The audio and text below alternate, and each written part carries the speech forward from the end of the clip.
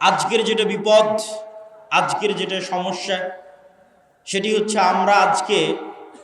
আমি ছিলাম ঢাকা এবং আপনাদের শ্রদ্ধেয় ওস্তাদ শেখ আব্দুর রাজ্জাক বিন ইউসুফ তিনি ইংল্যান্ডের ২০ দিনের সফর শেষ করে গতকাল শাহজালাল ইন্টারন্যাশনাল এয়ারপোর্টে রাতে অবতরণ করে রাজশাহীতে সকালবেলা পৌঁছেছে। আজকে তিনি রওনা দিয়েছেন রাজশাহী থেকে আপনাদের এই প্রোগ্রামে আসার জন্য, এই প্রোগ্রামের ওয়াদা রক্ষা করার জন্য। আর আমি রওনা দিয়েছি ঢাকা থেকে।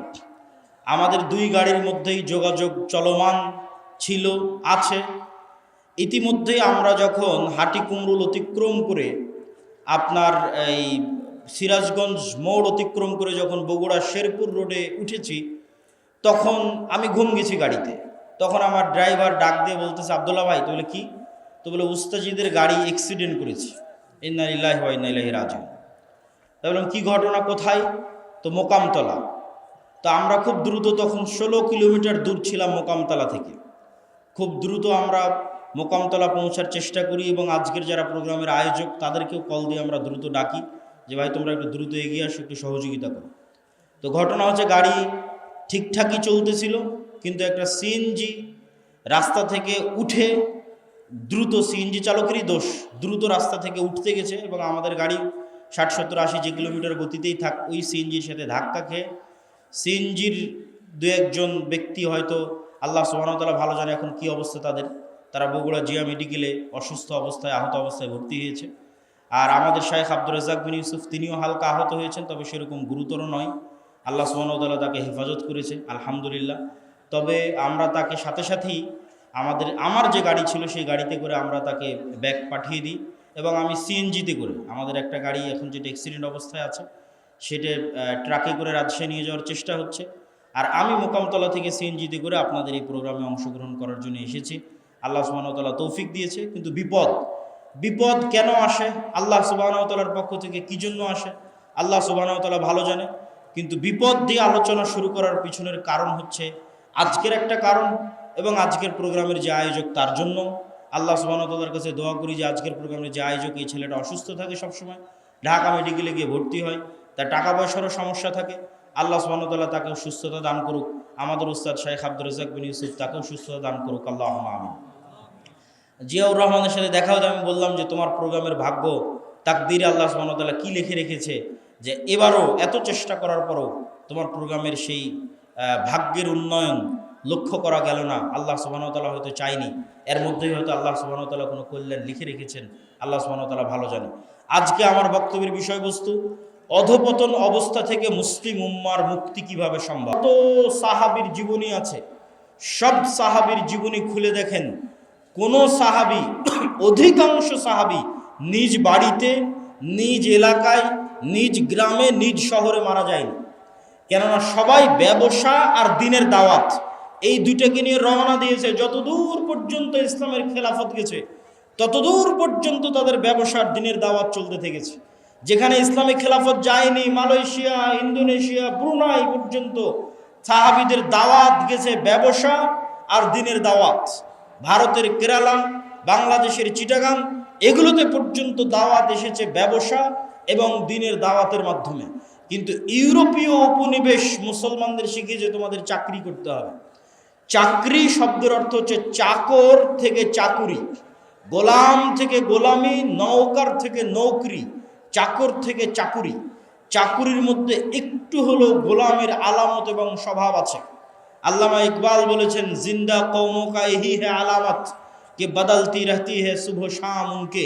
বলছে জীবিত কওমকে, কোন জাতিকে দেখলে বুঝবা যে এই গ্রামের মানুষ এখনো বেঁচে আছে, এই মুসলিম উম্মাহ এখনো বেঁচে আছে, বাংলাদেশের মানুষেরা এখনো বেঁচে আছে, যদি দেখো তাদের প্রতিদিনের সকাল সন্ধ্যা পরিবর্তন হচ্ছে। তাদের প্রতিদিনের সকাল সন্ধ্যা যদি পরিবর্তন হচ্ছে দেখো, তাহলে বুঝবা বেঁচে আছে। আর যদি দেখো প্রত্যেক দিন একই রকম, সকালে উঠে অফিস, অফিস থেকে বের হয়ে বাসা, সকালে উঠে অফিস, অফিস থেকে বের হয়ে বাসা, সকালে উঠে কারখানা, কারখানা থেকে বের হয়ে বাসা, যদি সেম রুটিন থাকে তাহলে বুঝবে এই জাতি মারা গেছে। কেন? মরু যাযাবর বিদুইন যারা মুসলমান হয়েছিল তাদের কোনো দিন সকাল সন্ধ্যা একরকম থাকতো না। ওরা আজকে এখানে 5 দিন, এখান থেকে উঠে পরের দিন রংপুর, রংপুর থেকে উঠে পরের দিন রাজশাহী, রাজশাহী থেকে উঠে পরের দিন ঢাকা, প্রতিদিন এদের সকাল সন্ধ্যা পরিবর্তন হয়। আর যারা ব্যবসায়ী এদের কোনোদিন সকাল সন্ধ্যা এক থাকে না। আজ এই উদ্যোগ, কাল এই সমস্যা, কাল এই প্রবলেম, আজকে এই সমস্যা, আজকে এই উদ্যোগ। প্রতিদিন তাদেরকে নতুন নতুন চ্যালেঞ্জ, নতুন নতুন প্রবলেম মোকাবেলা করে ব্যবসা করতে হয়। তাহলে বুঝতে হবে এরা জীবিত আছে। ব্যবসায়ী হতেই হবে, ব্যবসায়ী হওয়ার চেষ্টা যুবক সমাজকে করতেই হবে। কেন? তার একটা দলিল দিই। আইয়ুব আলাইহিস সালাতু ওয়াস সালাম একদা গোসল করছিলেন, তখন আসমান থেকে স্বর্ণের বৃষ্টি হচ্ছে। আইয়ুব আলাইহিস সালাতু ওয়াস সালাম গোসল বাদ দিয়ে ওই স্বর্ণের বৃষ্টি স্বর্ণ কুড়াতে গেলেন। যখন স্বর্ণ কুড়াতে গেলেন তখন আল্লাহ সুবহানাহু ওয়া তাআলা আইয়ুব আলাইহিস সালাতু ওয়াস সালামকে বলছে, তোমাকে তো আমি গরিব করে দিইনি, তাহলে তুমি কেন স্বর্ণ কুড়াতে গেলে? এখনো তোমার লোভ গেল না? ধন সম্পদের উপর থেকে এখনো তোমার লোভ যায়নি, থেকে গেছে? তখন আইয়ুব আলাইহিস সালাতু ওয়াস সালাম উত্তরে বলছে, আল্লাহ, ধন সম্পদের উপর লোভ থেকে নয়, স্বর্ণের উপর লোভ থেকে নয়, এই যে স্বর্ণ আকাশ থেকে অবতীর্ণ হচ্ছে, এটা আপনার দয়া অবতীর্ণ হচ্ছে, এটা আপনার রহমত অবতীর্ণ হচ্ছে। আর আমি যদি সারা পৃথিবীর সকল ধন সম্পদের মালিক হয়ে যাই, তবু আপনার দয়া থেকে যদি বলি যে না, আল্লাহর দয়া আমার দরকার নাই, তাহলে তো আমি অহংকারী। সারা পৃথিবীর সব ধন সম্পদের মালিক হয়ে গেছি, তাও যদি বুঝতে পারি ওখান থেকে 1 টাকা ইনকাম করা যাবে, তাহলে আমি মনে করব ওই 1 টাকা তো আল্লাহর দয়া। তাহলে ওই 1 টাকা ইনকাম বাদ দিয়ে ঘরে বসে থাকলে এটা অহংকার হবে আল্লাহর দয়ার সাথে। অতএব ওখান থেকে 1 টাকা ইনকাম করা যাবে, ওটা আল্লাহর দয়া, তাড়াতাড়ি ওটা নিতে হবে। আল্লাহ সুবহানাহু ওয়া তাআলা বলেন, ফাইদা কুজিয়াতিস সালাত ফান্তাশিরু ফিল আরজ ওয়াবতাগু মিন ফাজলিল্লাহ। যখনই তোমাদের সালাত শেষ হয়ে যায়, তখনই তোমরা বের হয়ে যাও পৃথিবীতে। যেখানে পৃথিবীতে তোমরা আল্লাহর দয়া দেখতে পাবে, সারা পৃথিবীতে আল্লাহর দয়া ছড়িয়ে ছিটিয়ে আছে, ওই দয়াগুলো জমা করো, ওই দয়াগুলো একত্রিত করো, ওই রিজিকগুলো অনুসন্ধান করো। তাহলে কোনো যুবকের পক্ষে সমীচীন হবে না, কোনো মানুষের পক্ষে সমীচীন হবে না যে সে বুঝতে পারবে ওখান থেকে 1 টাকা পাওয়া যাবে আর ওই 1 টাকা ইনকামের চেষ্টা করবে না, এটা অহংকার। বক্তব্যের এই পয়েন্ট আর একটা কথা বলে শেষ করে নতুন পয়েন্টের দিকে এগিয়ে যাই। ধনী কিভাবে হবে? আমি ইসলামিক ফাইন্যান্সের ছাত্র হিসেবে আজকে আপনাদের গাইবান্ধার মানুষকে একটা পরামর্শ দিয়ে যাই। ধনী হওয়ার উপায় কি? 1 নাম্বার, ধনী হওয়ার পৃথিবীতে কোনো শর্টকাট রাস্তা নাই। প্রত্যেক শর্টকাট রাস্তা হারাম। প্রত্যেক যে এসে আপনাকে বলবে যে এখানে এটা করো, এতদিনের মধ্যে তুমি এত টাকার মালিক হয়ে যাবে, নিশ্চিত জেনে থাকবেন এটা হারাম। পৃথিবীতে ধনী হওয়ার কোনো শর্টকাট রাস্তা নাই, প্রত্যেক শর্টকাট রাস্তা জুয়া। তাহলে ধনী হওয়ার রাস্তা কি? ধনী হওয়ার রাস্তা হচ্ছে কম্পাউন্ড পদ্ধতিতে ধনী হওয়া। সেটা কি? আজকে আপনাদের উপস্থিত জনসমাজকে বললাম, আমার এক হাতে আছে 50 লক্ষ টাকা, আর এক হাতে আছে 1 টাকা। আপনারা কে 50 লক্ষ নিতে চান, কে 1 টাকা নিতে চান? তবে শর্ত কি জানেন? এই 50 লক্ষ টাকা থেকে 1 টাকাও বাড়বে না, আর এই 1 টাকা থেকে প্রতিদিন এই 1 টাকাটা দ্বিগুণ হবে। আজ 1 টাকা তো কাল 2 টাকা, 2 টাকা তো পরের দিন 4 টাকা, 4 টাকা তো পরের দিন 8 টাকা, 8 টাকা তো পরের দিন 16 টাকা। কতদিন দ্বিগুণ হবে? 30 দিন। তা আপনারা এখানে বসে থেকেও যদি এখন ক্যালকুলেশন করেন, আপনার মনে হবে আরে বাড়তে তো 8 টাকা, 8 টাকা থেকে 16 টাকার কতই বাড়বে, 16 টাকা থেকে 32 টাকা, তার চেয়ে ভালো এই 50 লক্ষ টাকা এটা নিয়ে নিই। আপনি তাহলে ধনী হতে পারবেন না। আপনি এখনো ব্যবসা বুঝেন না, আপনি এখনো জুয়ার মধ্যে আছেন। মনে করতেছেন ব্যবসা মানে মনে হয় জুয়া, যে একটা গেম খেলে নিলাম একবারে ধনী হয়ে গেলাম। এখান থেকে উঠে গিয়ে হিসাব করবেন যে এই 1 টাকা দ্বিগুণ হতে হতে 30তম দিনে কত হবে? 1 কোটি টাকার বেশি হবে। ক্যালকুলেটরে অথবা মোবাইলে বক্তব্যের শেষে হিসাব করবেন যে 1 টাকা থেকে 2 টাকা, 2 টাকা থেকে 4 টাকা, 4 টাকা 8 টাকা, 8 টাকা থেকে 16 টাকা দ্বিগুণ হতে হতে 30তম দিনে কত হয়? 30তম দিনে 1 কোটি টাকার বেশি হয়ে যাবে।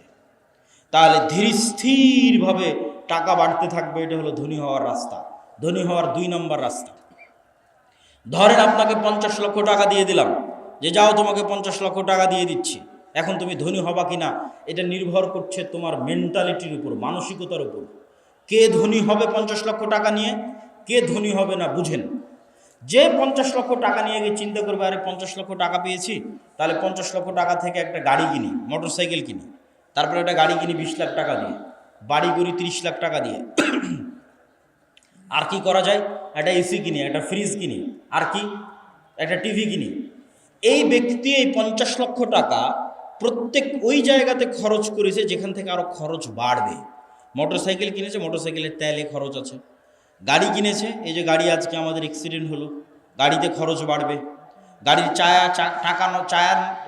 গাড়ির টায়ার নষ্ট হবে, চাকা নষ্ট হবে, ওটা নতুন করে কিনতে হবে। প্রতিদিন মোবাইল লাগবে, মোবাইল দিতে হবে। ও যে এসি ফ্রিজ কিনেছে, ওখানে কারেন্ট বিল আসবে, বিদ্যুৎ বিল আসবে। মোবাইল কিনেছে, ইন্টারনেট কিনেছে, ওয়াইফাই কিনেছে, ইন্টারনেটের বিল আসবে। তাহলে এই টাকা প্রত্যেক ওই জায়গাতে ব্যবহার করলো যেখান থেকে আরও খরচ বাড়লো।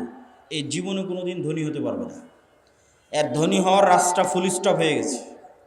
এই যদি প্রবাস থেকে কোটি টাকা ইনকাম করে নিয়ে আসে তাও ধনী হবে না, গার্মেন্টসে কাজ করে ইনকাম করে তাও ধনী হবে না, আপনারা যদি মাঠে জমিতে কাজ করে টাকা জমা করেন তাও ধনী হবেন না।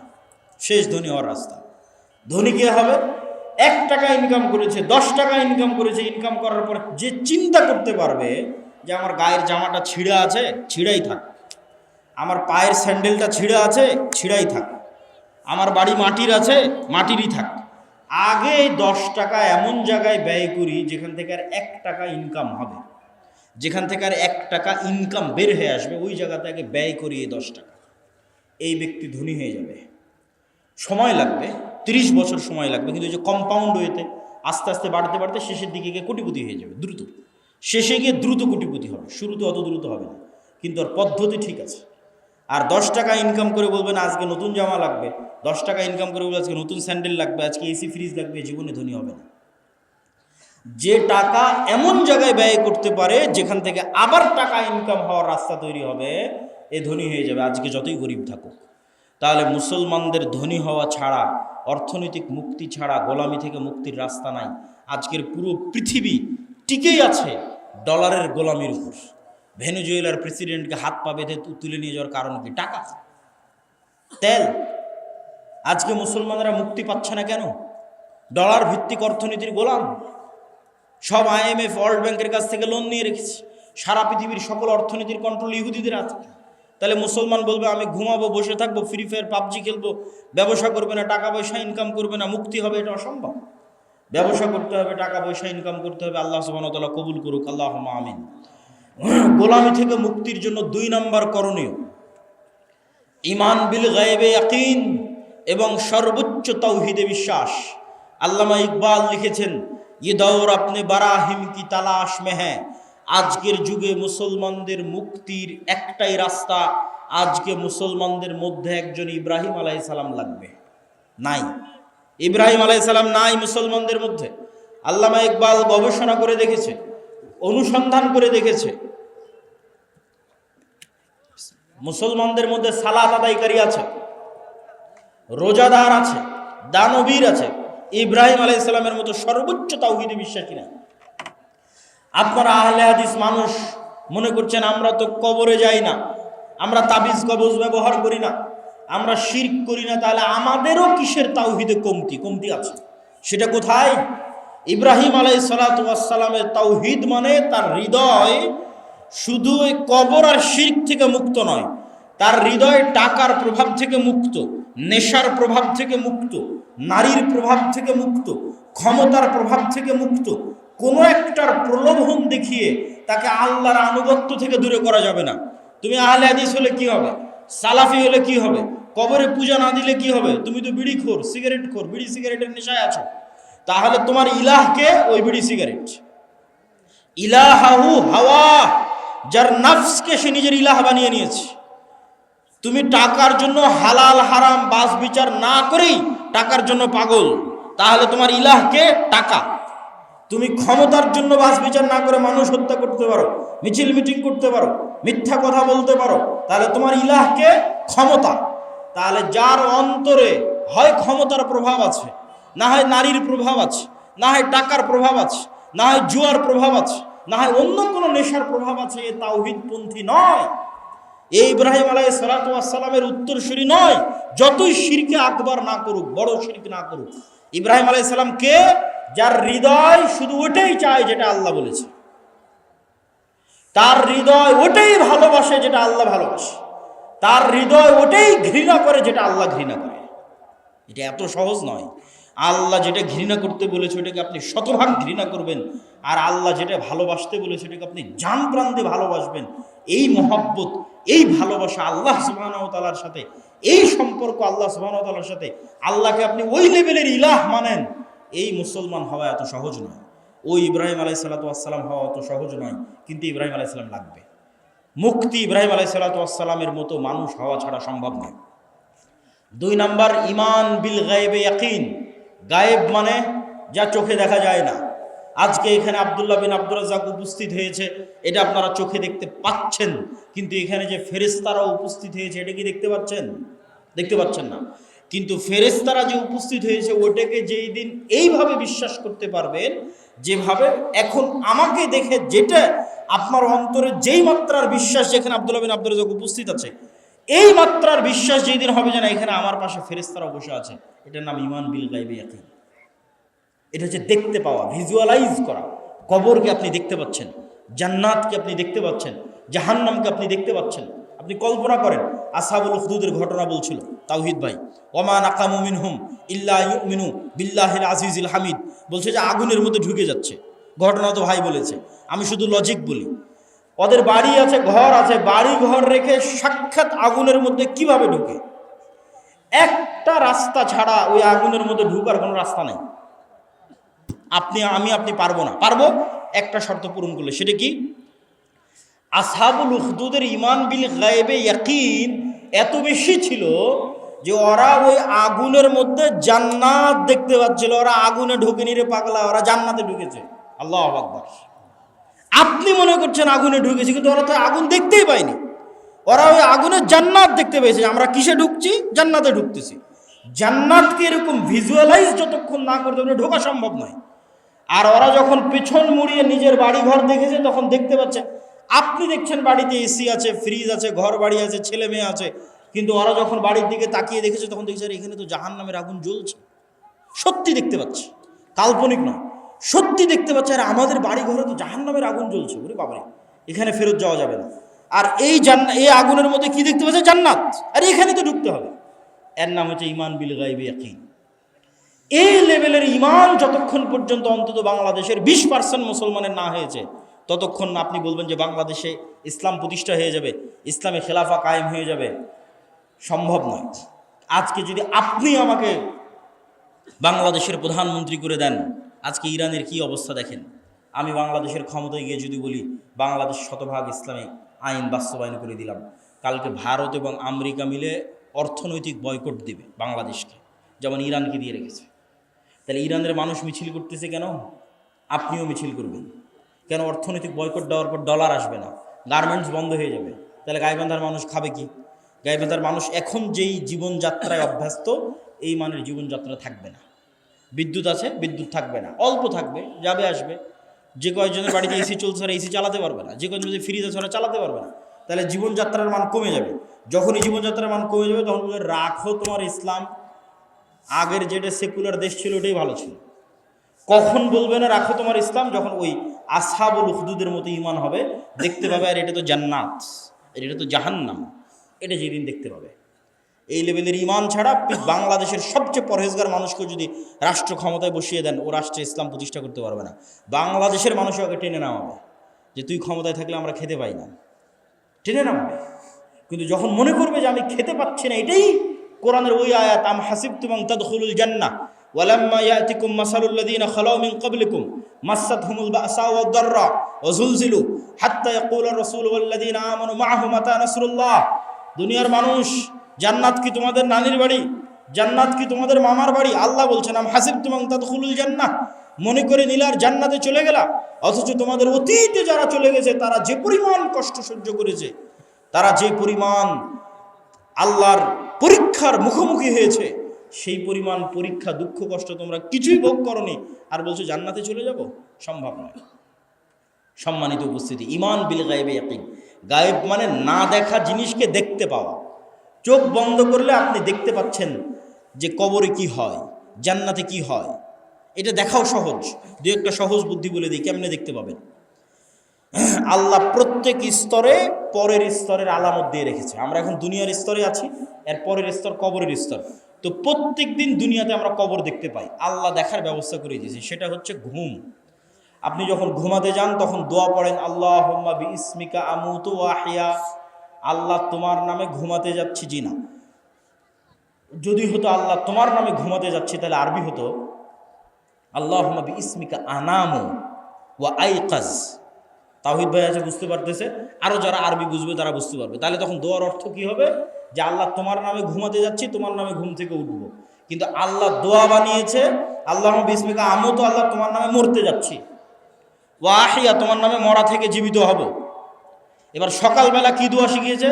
আলহামদুলিল্লাহ ইল্লাযী আহইয়ানা বা'দামা আমাতানা। কি আশ্চর্য! বলে আল্লাহ মরে গেছিলাম রাতের বেলা, মরা থেকে এখন জীবিত হলাম। বা'দামা আমাতানা, মৃত্যুর পর। আল্লাহ রাতে মৃত্যু সংগঠিত হয়ে গেছিল, মৃত্যুর পর সকালবেলা তুমি জীবিত করে দিয়েছো। এটা হলো দোয়া।